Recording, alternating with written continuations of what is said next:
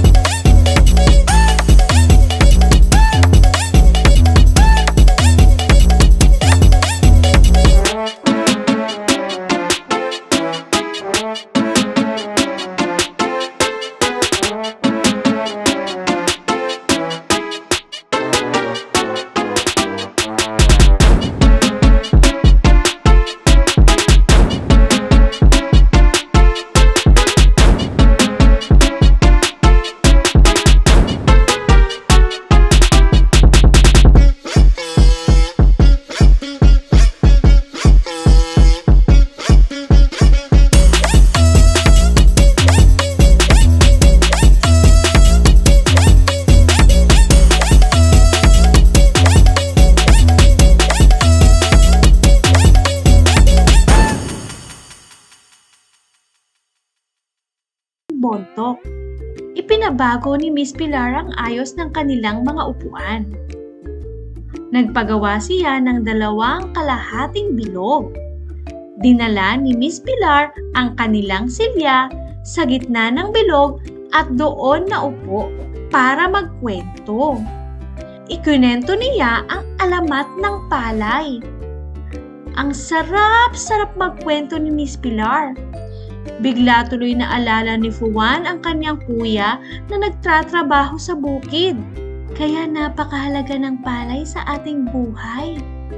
Dagdag na paliwanag ni Miss Pilar. Kung hindi tayo natutong nagtanim ng palay, palagi tayong maghahanap lamang ng pagkain sa gubat. Saka naglaro sila ng mga gawain sa bukid. Hinati sila ni Miss Pilar sa iba't ibang grupo. May grupong nagkunwang nag-aayos ng linang, may grupong nagkunwang nagtatanim, may grupong nagkunwang umaani, may grupong nagkunwang nagluluto at gumagawa ng kuto. Tuwang-tuwa si Fuan hanggang umuwi ng bahay. Ngunit, hindi nakapasok sa paaralan si Fuan kinabukasan. Nagpilit ang kanyang ama. Masyadong maraming damo sa palayan. Kailangan siyang tumulong sa paglilinis ng bukid. Maghapong nasa bukid si Fuan. Masipag na tumutulong sa kanyang ama at kuya.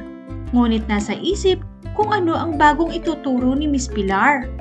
Mabigat na mabigat ang loob ni Fuan habang nagbubunot ng damo sa bukid. Nagulat si Fuan nang dumating si Miss Pilar, kasama ang kanyang mga kaklase. Magandang araw, Fuan.